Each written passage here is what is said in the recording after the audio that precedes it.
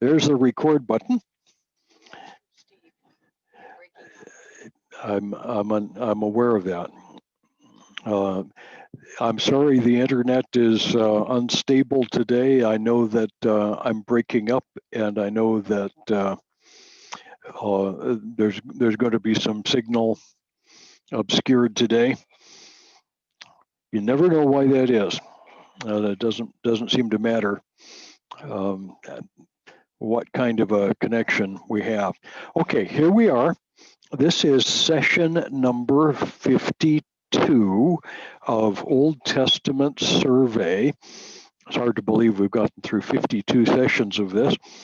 And today we'll be looking at Ezra, Nehemiah, and perhaps Esther.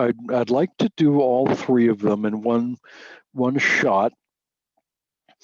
Not because they're not important, but because they fit together into the same general time frame. Ezra and Nehemiah and Esther follow the books of Chronicles in our English Bibles. They don't in the Hebrew Bible, but that's all right. In the original Hebrew text of the Old Testament, Ezra and Nehemiah were a single book. They were just called the Book of Ezra. And Ezra is actually just one of the characters in the whole episode. And it has to do with the rebuilding of the temple and the walls of Jerusalem following the Babylonian captivity. So we're going to get into that today, and we'll look at some of the history of it. The stories are fun.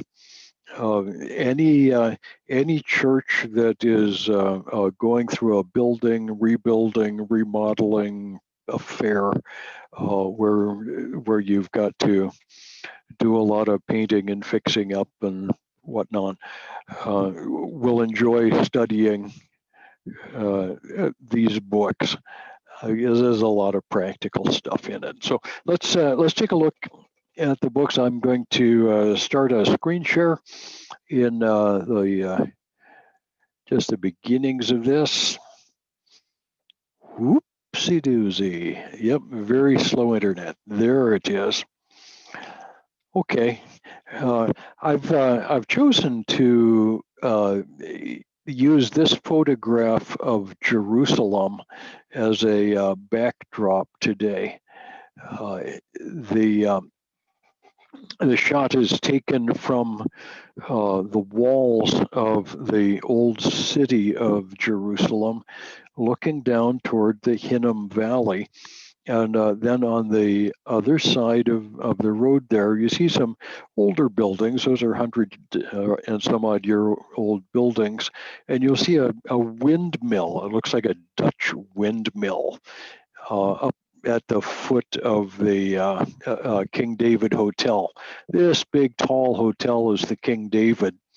And this little building here is a Dutch windmill, of all things. It was actually built by an English Jew by the name of Ezra Montefiore. So we call it the Montefiore windmill. And today it's a trendy upscale community with nice shopping. But 150 years ago, it was one of the first places that the modern return of the Jewish people to Israel took place. And the windmill was intended to be a way for poverty-stricken Jews returning to Jerusalem to make a living. They would grind grain there. Unfortunately, Jerusalem is not grain country, and it is also not windmill country. And so it didn't work, but it was a wonderful idea. And also included in this picture, you look way off in the distance. This is all Jerusalem over here. Everything from this road in the foreground and heading off toward the west is what we call West Jerusalem. It's the new part of the modern city of Jerusalem. The old city is about 2 kilometers square, and has a population of about 20,000 people. The new part of Jerusalem has a population close to 750,000 people. So it's quite large, quite modern, with all the usual freeways and shopping malls and all, the whole thing. What the modern Jews have done is analogous to what Ezra and Nehemiah did in returning from exile and rebuilding the land. So I think that's a good picture for what I'm doing. Yeah. Let's see here. Make something go away here. Ezra is an interesting character, an important character in the first book. He's not the first leader of the return. That would be a character named Zerubbabel, which I know is easy for me to say. Zerubbabel came back to rebuild the temple. Ezra came back a bit later to teach the people of Jerusalem the Mosaic law. He came with God's word. And Ezra is generally credited with starting the tradition of the synagogue.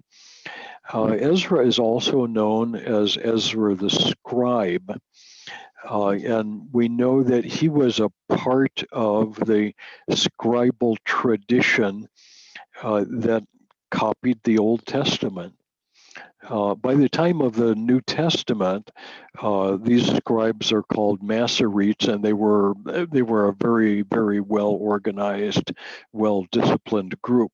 But they have their beginnings in Ezra and men like Ezra, whose job it was to make copies of the Bible and to teach.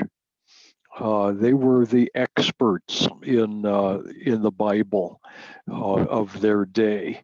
Ezra is the one who is probably the initiator of the tradition that we call rabbinic, that is, having rabbis as teachers rather than priests to make sacrifices.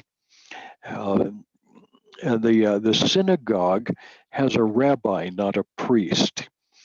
The synagogue is a very, very important institution in Israel. It is particularly important for us as Christians because the synagogue is the basis of the church. All of the early churches in the book of Acts were started first in synagogues, and then they split off. They were either forced out or had no room or whatever. They eventually left, but they started with synagogues, and the basic synagogue practices, the reading of scripture, prayer, the singing of psalms, the explanation of scripture in a kind of sermon, those basic elements were picked up by the early church. So that when we talk about the ordinary church service, we pray, we sing, we read the scriptures and teach from them, and we celebrate the Lord's Supper. The only thing that's different is that the synagogue didn't celebrate the Lord's Supper. But other than that, it's all the same. The Roman Catholic Church, on the other hand, has gone back to the Old Testament priestly pattern. So the making of the sacrifice of the Mass is the main event in a Roman Catholic Church. And that's the primary difference between Roman Catholics and Protestants. Whether we have a temple background as in Roman Catholics, or a synagogue background. At any rate, Ezra is the synagogue guy, and we're going to get into him. Ezra is certainly one of the most learned men of the Old Testament period. He definitely knew what he was about when it came to the Bible. By the time we get to Nehemiah, who comes back almost 100 years later, Nehemiah is remembered for building the wall. And this is in the Jewish quarter of Jerusalem, this shot. And I'm looking down at a curved section of the wall, a little corner of the wall that was actually built by Nehemiah. This is a very, very important section of the wall because it happens to have a corner in it. And that means that using this wall, we can define two complete sections of the wall of Jerusalem as far as location on the ground. And the scholars are all about that. They think this is really a very cool thing. Okay, let me show you the historical setting in a chart. There's in Daniel. We were studying the four beasts and the four-part statue and all of that. Babylon, Persia, Greece and Rome, followed by Islam. Well, Ezra, Nehemiah, and on into Esther are really dealing with a very small part of this this whole time. You'll notice the Babylonian captivity is a relatively short period. This is 70 years during which the Jews were in exile in Babylon. Then in 537, the Persian Empire began. And you'll notice the Persian Empire ruled Jerusalem from around 537 to around 330 or so BC, about the time that Alexander the Great took Jerusalem away from the Persians. So a 200-year period here. And during that time, all of this stuff is going to happen. So Zerubbabel comes back in about 537, and he's going to spend roughly 20 years rebuilding what the Jews call the Second Temple. So Solomon's temple had been destroyed. Now Zerubbabel will build another temple in Jerusalem. And we'll look at that for the early part of Ezra. The coming of Ezra actually happens quite a bit later. Ezra and Zerubbabel probably did not know each other. Ezra would have been much, much younger. He arrived in Jerusalem in about 458 BC. And Ezra's job under the auspices of the Persian king were to reestablish Jewish religion in Jerusalem. So we see what his work was. And we actually only see some very small parts of Ezra's work. He dates to around 458 BC. Then the Persian king was convinced by yet another Jew, Nehemiah, in 445 BC to allow to finance the rebuilding of the wall of Jerusalem. That happens under Nehemiah, and that description of the rebuilding of the wall is great fun. The opposition and the layout of the wall and all of the building that he did. This is a good 115 years prior to the coming of Alexander the Great. So this all takes place under the Persians. Now, the little book of Esther, it's 10 chapters long, but it's a little short story. The little book of Esther happens around 483 to 475 or so BC. Her king is, in our English versions, sometimes spelled Ahasuerus. It should be Xerxes. And it's a difficult word for Westerners to pronounce, but it's perfectly reasonable in Farsi, but most of us don't speak that. Esther's king Xerxes is the king who made the invasion of Greece at Marathon. Just to put that in context. So the Battle of Marathon takes place there, and the beginning of the end of the Persian Empire happens under Xerxes. It's very frequent that in historical terms, things don't play out right away. What Xerxes did was to waken a sleeping giant.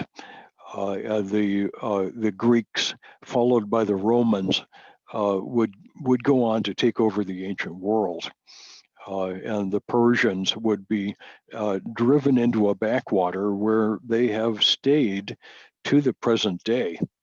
It's a fascinating story. Anyway, those are the key dates, and that's what that part will depend on. And I'm not going. And that I don't want to stop the share because I'm not sharing. Let's look on into.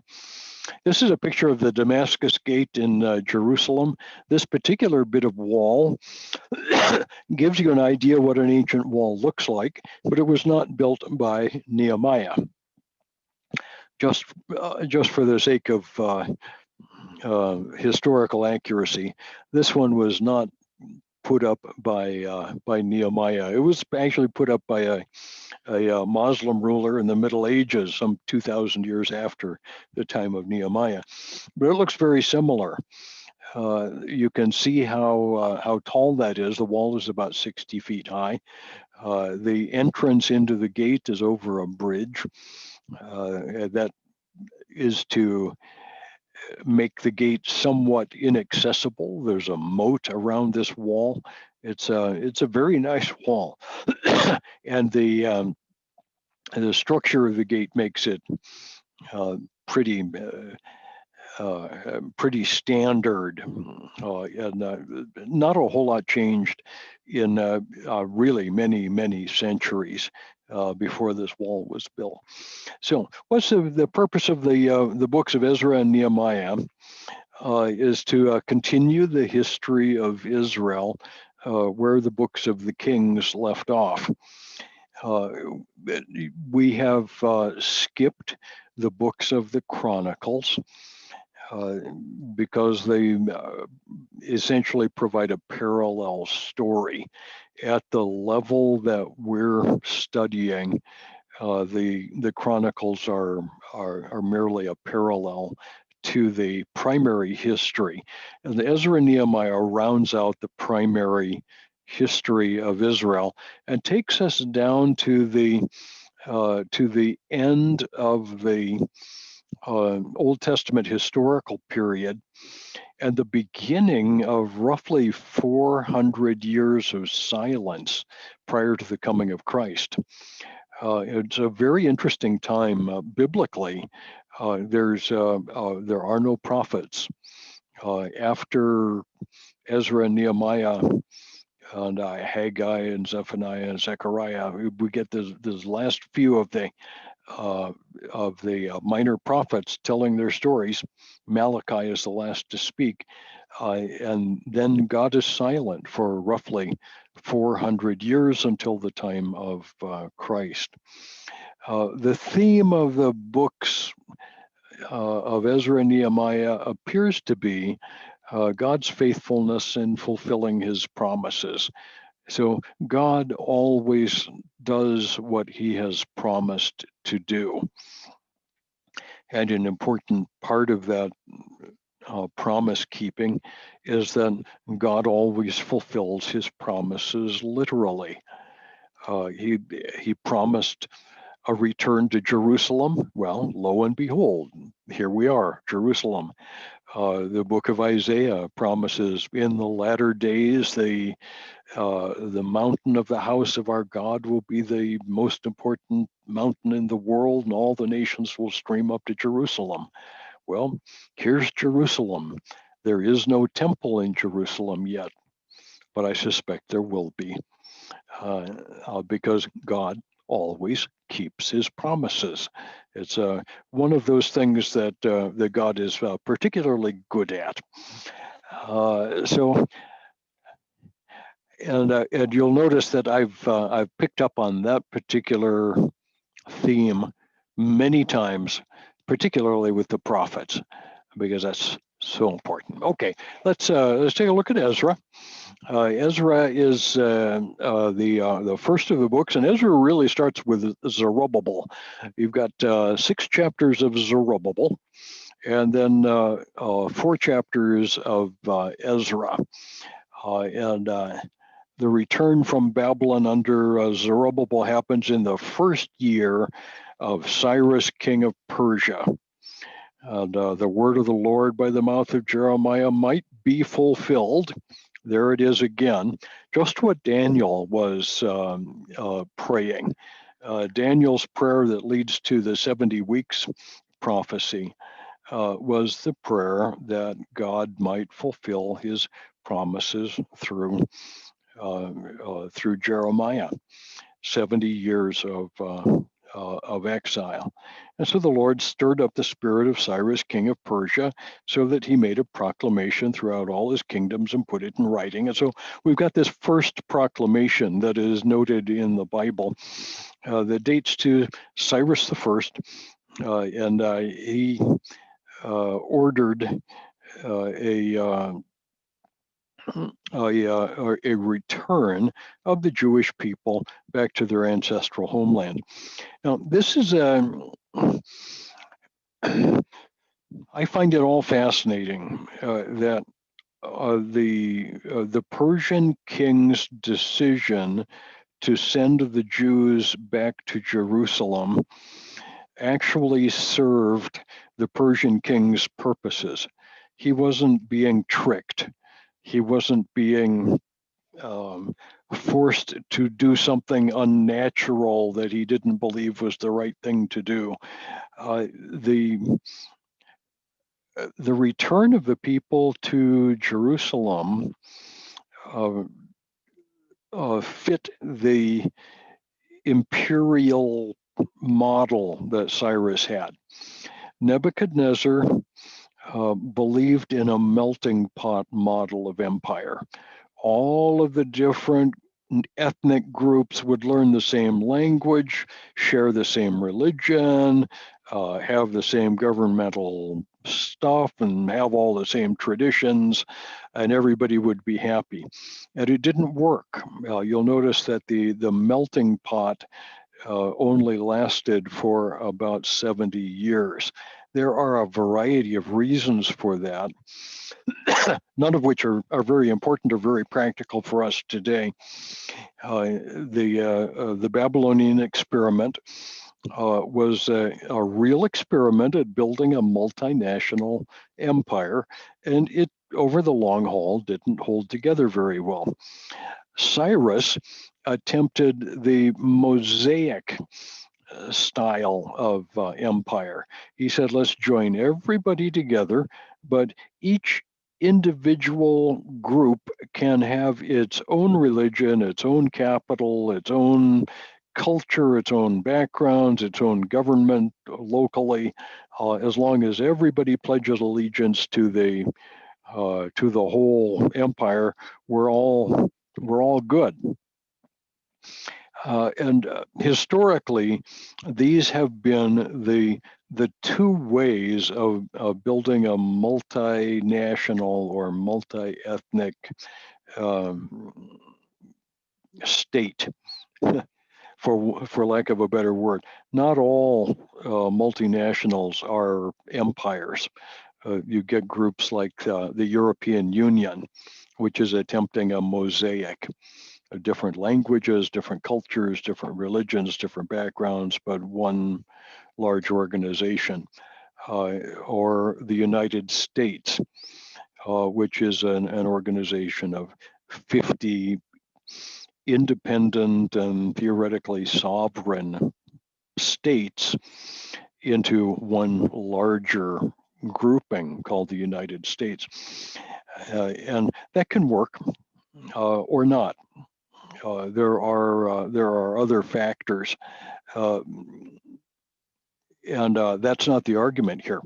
What I'm saying is that Nebuchadnezzar did his thing for his own purposes. Whether they were evil or wonderful doesn't matter. He was doing his thing for his own political ends, and it achieved the intention of God to judge the people of Israel for 70 years of exile. Cyrus the Persian came to the same kind of conclusions about Israel for his own reasons. It served his own political purposes. He wasn't just being Mr. Nice Guy. It served his own political purposes, and had exactly the opposite effect of sending people back to Israel. So Cyrus said, the God of heaven has given me kingdoms of all of the earth and charged me to build him a house in Jerusalem, which is in Judah. So chapter 2, we get a list of all the people who are going to go, and they're under the leadership of a character by the name of Zerubbabel, along with Jeshua, Nehemiah, Sariah, Mordecai, Bilshan, Mizpar, so on. We've got some others here. The total number of people, when we come to the bottom of this whole list, is not very big. In verse 264, we see that the whole crowd together is 42,360, besides their male and female servants, who numbered 7,337. So roughly 50,000 people, which is that's a good-sized crowd. But it's not an enormous crowd. It's certainly not the entire population of Jews in Babylon. What we know historically is that a very large, complex, very richly cultured population of Jews continued to live in Persia up until modern times. In Baghdad, in Susa, in Tehran, in modern Iran, the very large Jewish population, numbering in the millions, lived until modern times. In 1948, when the State of Israel was decreed by the United Nations, the Muslim states required that all of the Jews leave immediately. They were forced out. They became refugees, some millions of them, from all of the Arab states of the Middle East. And these people were forced to leave. Some of them came to Europe. Some came to the United States. Some came to South America, and there are several important communities in South America that date to this period. But a very large number, some 500,000, came to Israel, modern Israel, and were the foundation of the rebuilding of the modern state of Israel. We are almost never reminded that when the Israeli War of Independence happened, there were more Jewish refugees coming to Israel than there were Arab refugees leaving Israel. The numbers are easy to compare. We can look at the United Nations figures, and you can see how many there were. To this day, the Arabs continue to be counted as refugees by the United Nations. There is an outfit of the United Nations called a UNRWA. They're United Nations Refugee something Relief Agency something. And it exists only for Arab refugees from Israel, who continue to this day to be living in refugee camps in Lebanon, in Syria, in Jordan, and in Egypt. And that's a really sad story, because those people should have reestablished their lives a long time ago, just as the Jews did, who were driven out of those same Arab nations. Anyway, here we are in Jerusalem, 50,000 or so. Chapter 3, we're told that the people gathered together as one man in Jerusalem. It took several months, 7 months, to get this whole crowd there. And they began to build the altar, and they began to offer burnt offerings on the altars. Zerubbabel ordered it done as written in the law of Moses. This is 3 and about verses 2 and 3. And they set the altar in its place, for the fear was on them because of the peoples of the lands. This is the first time that's mentioned, the peoples of the lands. And these folks surrounded them and were generally hostile. And we get a listing of who these folks are in several places.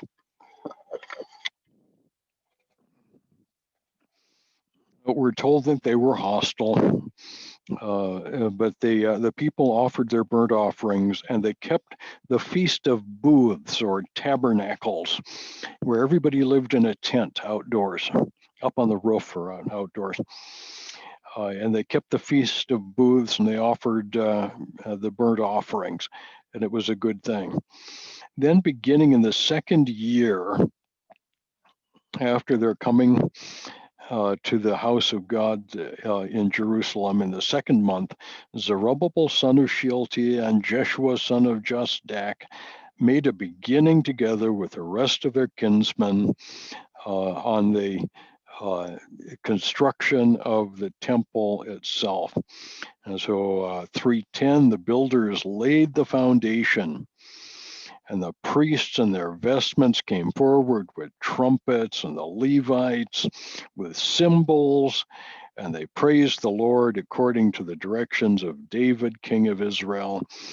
And verse 11, toward the end, we've got one of the Psalms.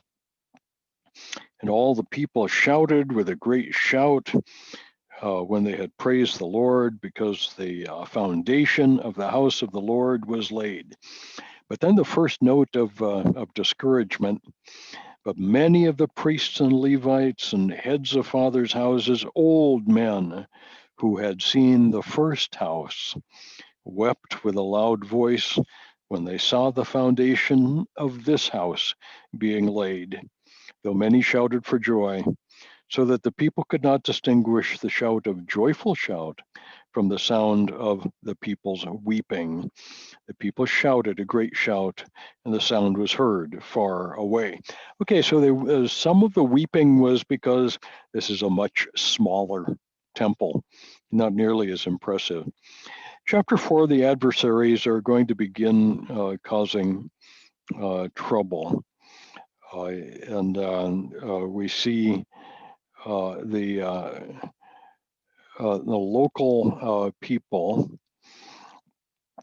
eventually writing to King Artaxerxes that this is a really bad idea to let the Jews rebuild their kingdom. So they're going to try a little bit of what do you call legal technicality, and that works for a while. The king sent an answer and said, "Hold off for a while. Let's study this." And they studied it, but they also saw that the king also saw that the rebellion had been fully paid off, but that the Jewish people in Babylon had been valuable, and so the rebuilding begins anew. We see in chapter 5. The rebuilding of the temple continues, is going to go on. And here we see the prophets Haggai and Zechariah specifically mentioned as prophesying to the Jews during this time.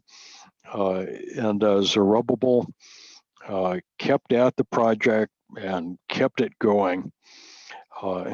Then we get a letter from a character named Tatnai.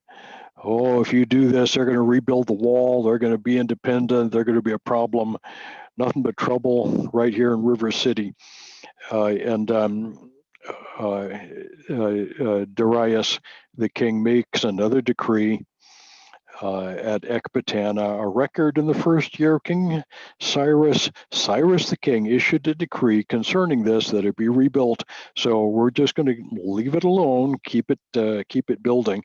And we see the construction of the temple continued in chapter 6. And finally, at the end of chapter 6, the celebration of the Passover for the first time in at least 70 years in Jerusalem. So this is a milestone. This is a good thing.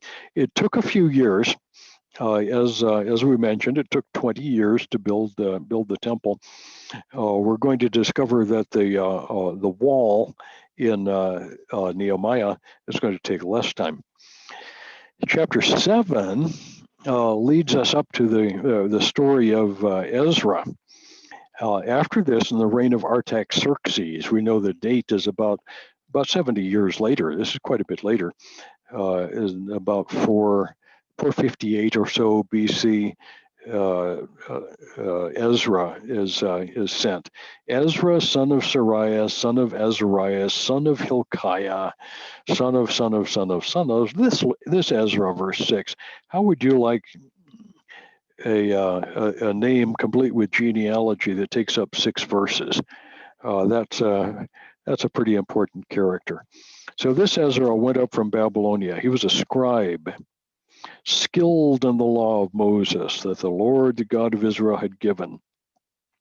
And the king granted him all that he asked, for the hand of the Lord his God was on him. Let's say we're seeing a number of things about Ezra. He's just described here as from a very important background. He's got some great pedigree here. He's got famous fathers and grandfathers and so on, who in turn had been scribes and teachers in Babylon, and whose organization remained in Babylon and would eventually produce what we call the Babylonian Talmud. Ezra didn't contribute to the Babylonian Talmud as far as we know, but his family organization, the group of scribes who continue to live in Babylon, would be the rabbis who produced the Babylonian Talmud that was in place by the time of Christ. So this Ezra is a very, very important guy, and he was a scribe. He's skilled in the law, and the Lord, the hand of the Lord, his God, was on him. This means this Ezra is not like the scribes and Pharisees, hypocrites that we run into in the New Testament. He is in fact a believer. He is a powerful man of God, and was walking with God and under God's powers. And there went up also to Jerusalem the 7th year some of the people of Israel, some of the priests and Levites and singers and gatekeepers, and Ezra came in the 5th month, in the 7th year of this particular king. And then we're told the key thing in Ezra's life, and this is in verse 10. And this is one of those verses that often becomes a life verse for people who want to be pastors and teachers. For Ezra had set his heart to study the law of the Lord and to do it and to teach his statutes and rules in Israel. Ezra had set his heart to study the law of the Lord and to do it. Study it first, do it, and then teach it. And that's the order, and it has to work that way. Just as Ezekiel was told, Son of man, eat this scroll. The word of God has to become a part of you before you have anything to say to anybody else. And Ezra understood that principle. He was a student of the word of God and a doer of the word of God, and therefore he could be a teacher of the word of God. Very important thing. So we have a letter of a king that Artaxerxes gave to Ezra, and he's got that. This is the second big decree that we need to worry about. What's fascinating about all of the decrees is that there are records of most of these decrees in the Persian Chronicles. The Persian era is recent enough that we actually have pretty good access to the Persian archives. And so all of these decrees that are mentioned in the Bible are also found in Persian copies. They're all out there. We can study those.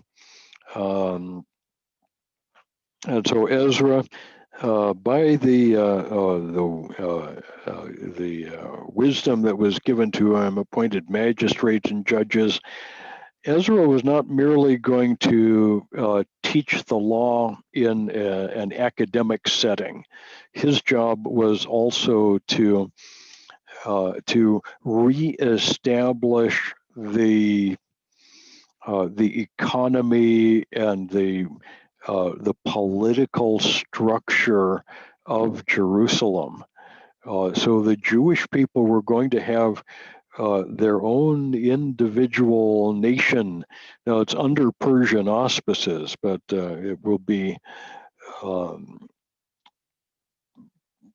it will be a real independent Jewish state in many ways. Chapter 8, we see the genealogy of those who come back, along with the Levites. They fasted. We've got priests set up to guard the offerings. Chapter 9, we have kind of a difficult issue with intermarriage, which is an example of how Ezra dealt with the actual practical problems of the exiles who had returned to Jerusalem. Many of the returning exiles were most likely single men, young men who decided to make their fortunes by going back to Jerusalem. Unfortunately, that meant that they came without wives. They were just single guys. So many of them apparently decided to marry local women, which is something that in the rest of the world and every other culture is a fairly ordinary thing to do. For Israel, that was wrong, and it's specifically forbidden because the intermarriage destroys the purity of the Jewish people. And Ezra tried to do something about that, and we see the dealing with the foreign wives. It's kind of sad, but it's what they had to do. And that finishes up the book of Ezra, which leads us on to this little book of Nehemiah. Nehemiah is all about the rebuilding of the wall. 7 chapters here. We see Nehemiah sent back to rebuild the wall 445 BC. And chapter 1 shows him setting up the project with the king. So he heard that there's a problem. People have gone back to Jerusalem, but the wall is broken down and its gates are destroyed by fire, which of course would have been true. Now, the problem with walls in the ancient world is that walls have to be maintained. If a city has a wall, it means that it is a defensible location. Bad guys on the outside can't get in without permission. And that means that an army from Persia couldn't get in without permission. And not all emperors are happy to put up with something like that. This particular Persian emperor apparently didn't think there was a problem. He was sent, chapter 2, sent by the king under Persian imperial orders and with Persian imperial resources, money to work with to rebuild the wall of Jerusalem.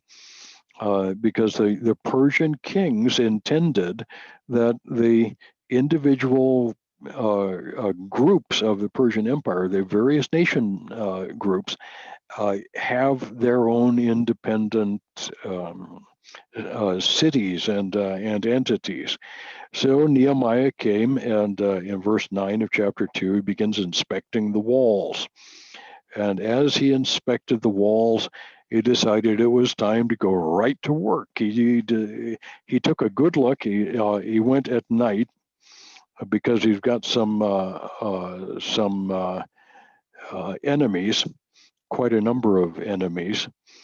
Sanballat and Tobiah the Ammonite and some others.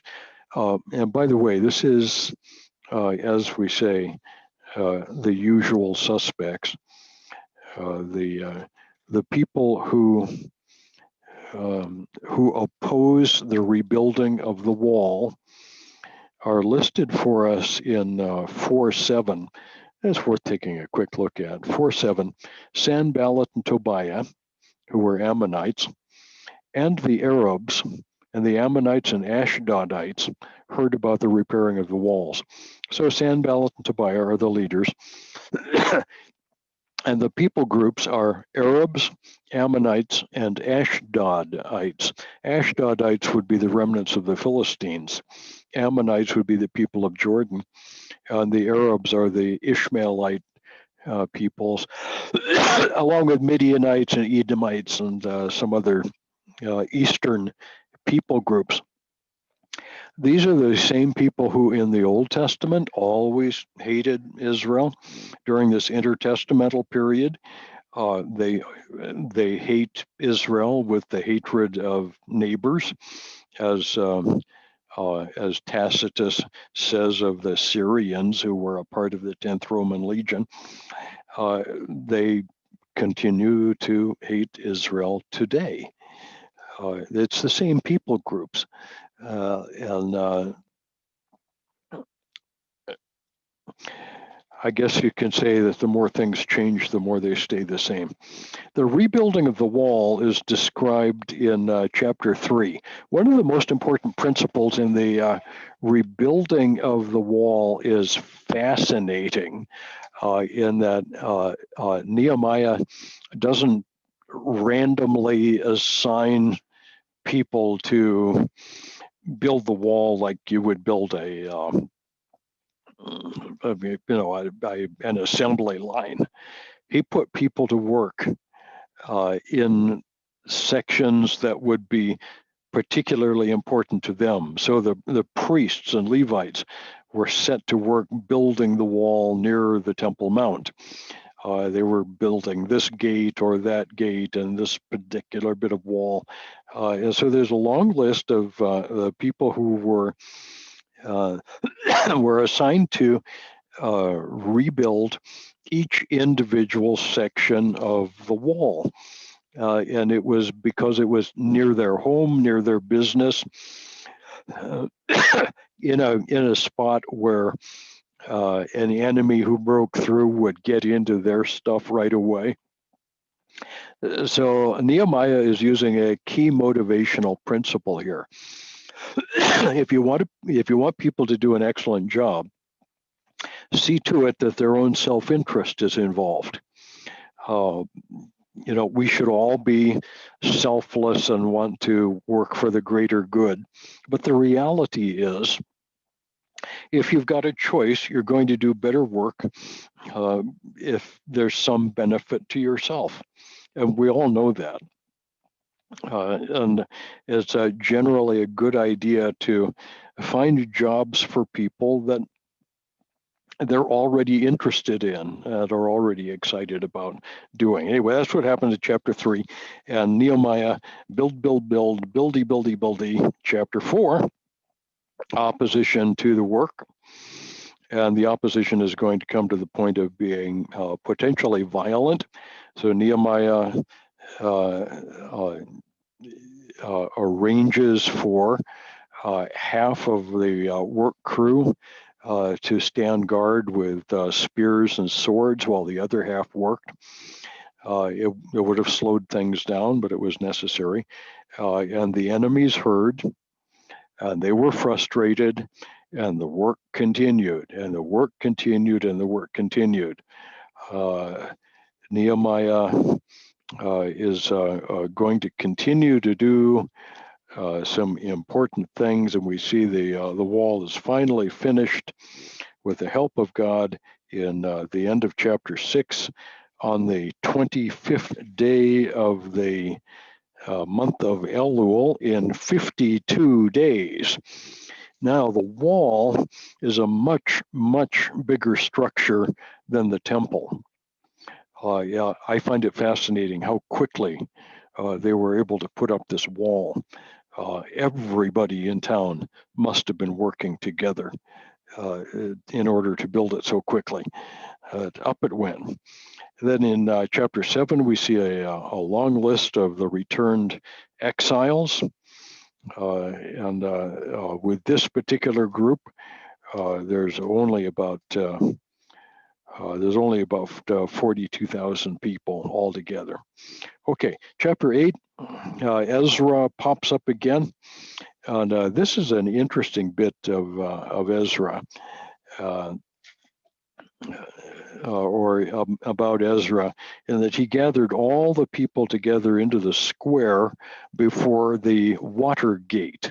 Now, we don't know exactly where the water gate was. It's probably over by the Gihon Spring, but we found no evidence of a water gate there at all. There's a lot of things that haven't been dug up, and it's hard to dig everywhere. But that's probably where that is. It's about 100 yards from the gate that we call the Dung Gate, which is by the Temple Mount.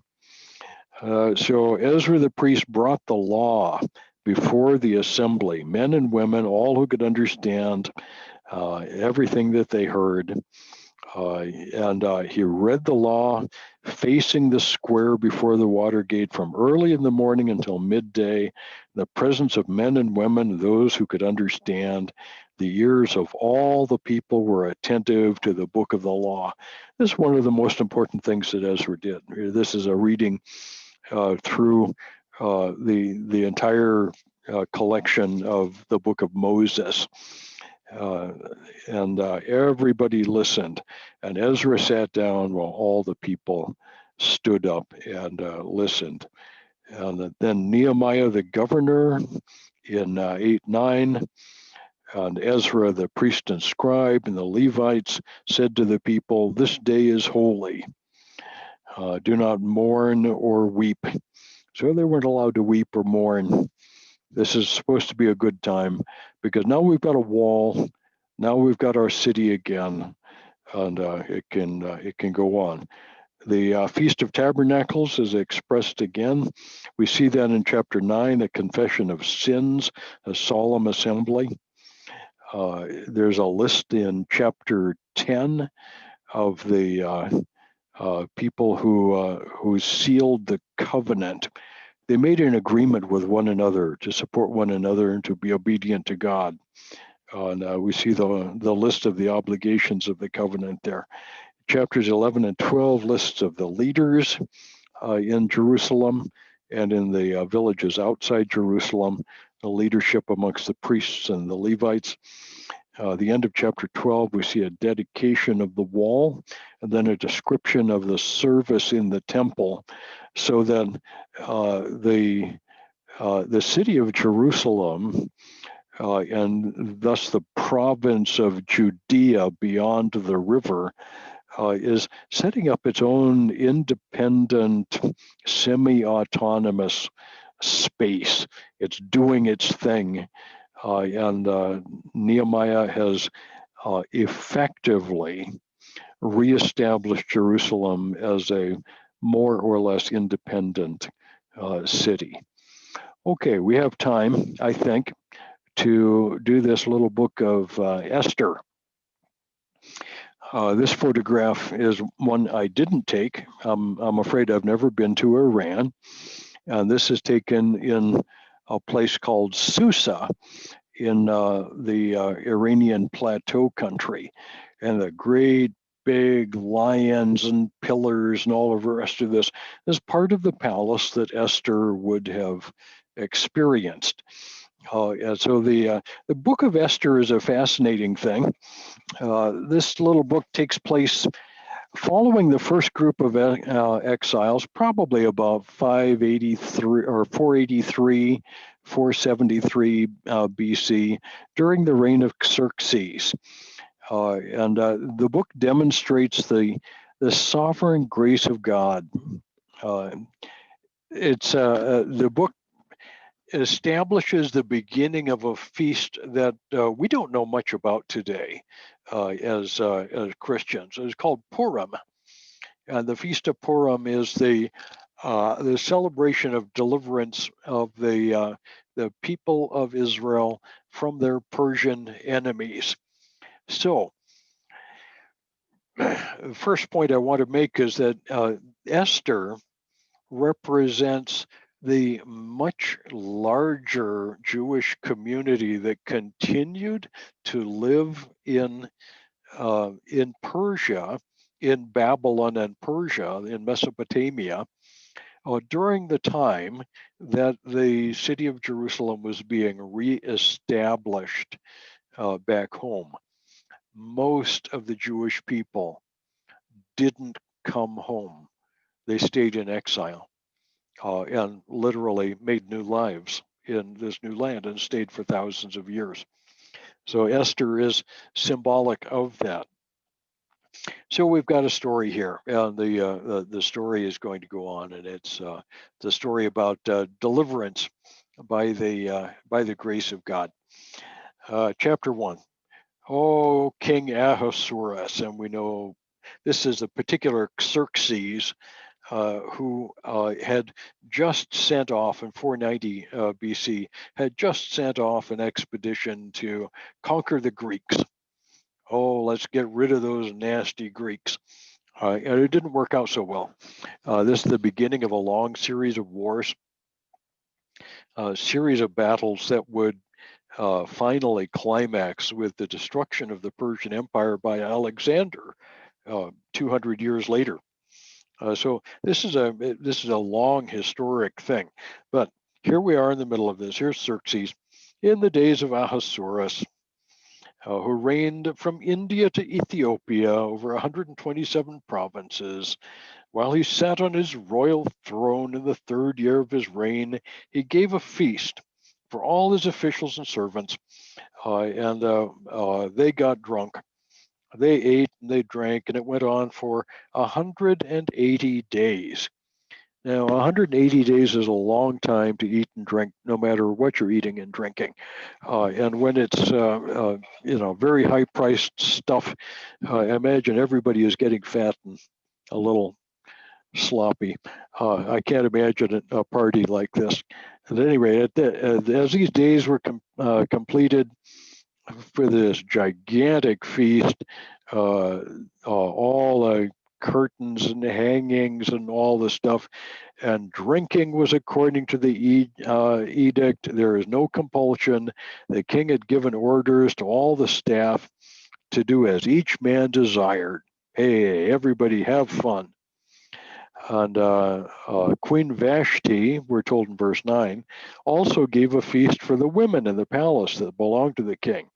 And on the 7th day, when the heart of the king was merry with the wine, he commanded the various eunuchs who served in the harem to bring Queen Vashti before the king with her royal crown, in order to show the peoples and the princes her beauty. So Vashti was probably being requested to come and do a dance for the assembled nobility. She had better sense than to go into a drunken brawl and dance for the gathered nobility, all of whom were dead drunk. It would have been a stupid thing to do, and she wasn't stupid. So she refused to come. And the king was outraged, of course, as any drunken bum would be. And he talked to his counselors, who said, "Oh, well, such a thing must never be done by a wife." So it ended up at the end of this chapter, poor Queen Vashti was deposed from her position. I have a hunch that Queen Vashti knew the danger and was probably just as happy not being queen anymore. So Queen Vashti is deposed, and the king, once he sobered up, realized that he had made a bad mistake, but of course he couldn't change anything. So Vashti is gone, and the king needs another queen. And the king needs another number one queen. He apparently has a large number of women in the harem already, and such a situation. This is what Esther is going to be getting into. So the king's young men who attended him said, "I'll tell you what, O king, live forever.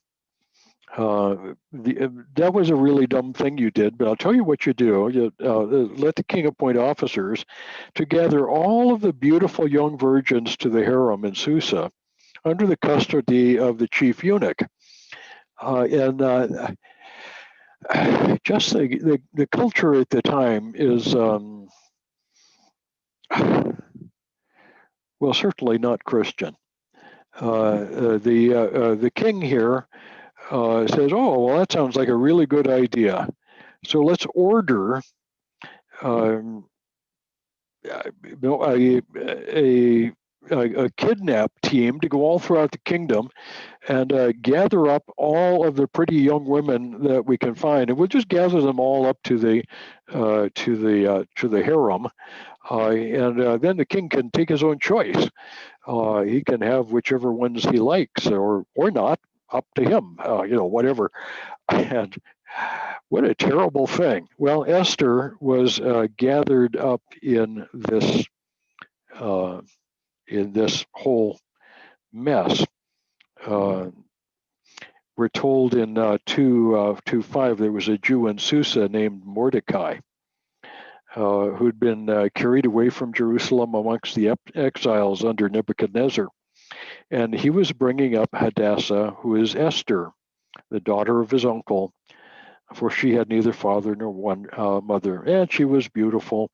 And when her father took her and her mother died, Mordecai took her as his own daughter. When the king's order came by, Esther was chosen, and she was chosen to go up to the king. And eventually, this took a while. She was sent to the harem. They were to spend months and months, up to about a year, 2 years, is a long time, with bathing and ointments and all of this stuff, and all of the servants of the king were busy making everybody beautiful, and each girl would get her turn. The king would say, "Okay, next." They'd line them up, and the young lady would get her evening with the king, and she would be taken into the king, and then the next morning she'd be taken from the harem for the virgins into the harem of the concubines. And you just can't imagine this mass production approach to. This is very, very bad dating. This is not a good thing at all. And Esther, who is a godly young woman, is caught up in the midst of this. Well, Esther's time came, and it turned out, we're told in 2:17, the king loved Esther more than all of the other women. So the following morning, they said goodbye, and she went off to the harem of the concubines with the thousands of other concubines. The difference between a virgin and a concubine is obvious. They spent a night with the king. And I'm not sure what kind of a grand prize that would be, but that's the difference. And Esther was chosen to be the queen. Well, about that time, while all that was going on, Mordecai, good old Uncle Mordecai, happened to overhear a plot by a couple of the attendants of the king to do away with the king. And he told the important people, who found out what was going on and captured the bad guys before it could be done. And they wrote about it in the end of chapter 2 in the Chronicles of the Persians in the presence of the king. Well, later on, Haman noticed Mordecai. Haman is one of the counselors of the king, and politics everywhere is a cutthroat operation, and corruption is normal. Haman was a very proud man, and he liked for people to bow down to him. But he noticed every day on his way in and out of the palace that here's Mordecai, and Mordecai the Jew didn't bow down to him. As a matter of fact, Mordecai didn't seem to think very highly of him at all.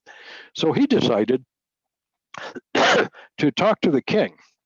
And he set up a plot. He said, on a particular day, off in the distance, O king, live forever, I think it would be a really, really great idea if you would arrange to put to death all of the Jews because they worship another god and they don't praise you and they don't obey your commands very well.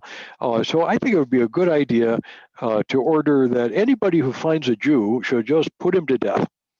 And for some reason, the king thought that was a good idea. Again, I think I've mentioned that uh, that Esther's grand prize in this contest is not particularly valuable. This character is nothing to write home about. Anyway, the king makes a decree. Okay, on such and such a date, just go kill Jews, all you want. Open season on Jews, and they can't do anything to fight back. Chapter 4 takes us up to the opportunity. Mordecai hears about the plot of Haman. And so Mordecai goes to Esther and says, Esther, well, actually gets a message to Esther saying, you've really got to do something. And the most, this is the famous passage. And Esther says, well, don't you know that if the king doesn't call for me and I go in unbidden, if he doesn't hold out his scepter, they'll kill me. And Mordecai says, I know that, young lady, but perhaps, and this is in verse 14, and it's the one of the key verses. Who knows whether you have not come to the kingdom for such a time as this? How do you know that this place that you are is not exactly the place that God has brought you for just such a moment as this? I think there are many more times than this in world history when God has moved heaven and earth to bring exactly the right people together. And we never see it coming. And then all of a sudden, we're in exactly the right place to do precisely what God intends for us to do. And it may be some very small thing. So Esther proposes a banquet. Oh king, you and me and one of our best friends, let's bring Haman. So there they come, and they say, well, let's come again tomorrow. And Esther arranges for some plans for a banquet. Haman, at the same time, is also making plans. He's got a plan to hang Mordecai, and his wife says, "Well, make yourself a 50 cubit tall scaffold and hang Mordecai on that." Mordecai thought that sounded like a good idea. So all of this is foreshadowing, and in chapter 6. The books were read. The book couldn't sleep, and there he was. It was found written in the book, all about two of the king's eunuchs who had plotted against him. But the plot was revealed by none other than Mordecai. And so the king is wondering to himself, what should be done for the man that the king delights to honor? And so he asked his good, faithful servant Haman, what would you do? And Haman says, well, who could he want to honor except me?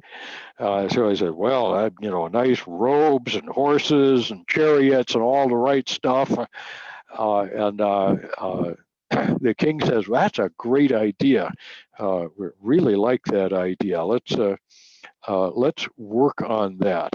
Then comes the time when Mordecai is honored. But here comes the chapter 7, the next night of the banquet, and Esther reveals what Haman has been trying to do. Haman, how dare you? You were trying to kill Mordecai, my friend Mordecai. You were trying to kill Haman. What shall we do with you? And Haman is taken out and hanged on his own scaffold, which is great. That's a great story. The king, however, has got a problem because he has made a rule of the Medes and the Persians that can't be annulled. So in order to give the Jews a fighting chance, he sends out another decree, a counter decree, that says on the day when everybody is allowed to kill Jews, you Jews are allowed to fight back. Now, I don't know how that worked, but apparently there were riots for a while, and the Jews fought back and they survived. And that led to, we're told, the end of chapter 9, the introduction of the Feast of Purim, which is a celebration of God's deliverance by unusual means. And then chapter 10, Mordecai went on to become great in the cabinet of King Xerxes. And again, Xerxes was not a very smart king and not a very successful king. And I actually feel sorry for Esther having to put up with the guy. But in the middle of it all, in the middle of a very, very strange story, God is faithful. And that turns out to be, there it is. That's the principle that we're working with all three of the books that we're looking on today. The principle is that God is at work in history. God is doing things for his own good purposes, and he will be faithful to his promises. God is willing to move heaven and earth to put us where we need to be to accomplish the next bit of his will. I'm always encouraged by reading the stories of the biblical characters who are faithful to God and whose God is faithful in return. Anyway, we'll be back together again on Monday, and we'll need to have a conversation then about what to do afterwards, because I think we'll be done with the Old Testament next week, which it'll be sad. But I'm glad we were able to have this time. I'm going to move off to the side so that Donna can wave with her Baguio shirt on. Bye-bye, everybody. Bye-bye, Oscar. Bye, Joel. Bye, Eddie. Bye. Bye, Willie. Bye, Dr. Jan. Bye, everyone. Good to see you on Dolly back there. Good to see everybody. Bye-bye. All right. Good night. Thank you. Glad we could be together. Bye-bye. Bye. Bye.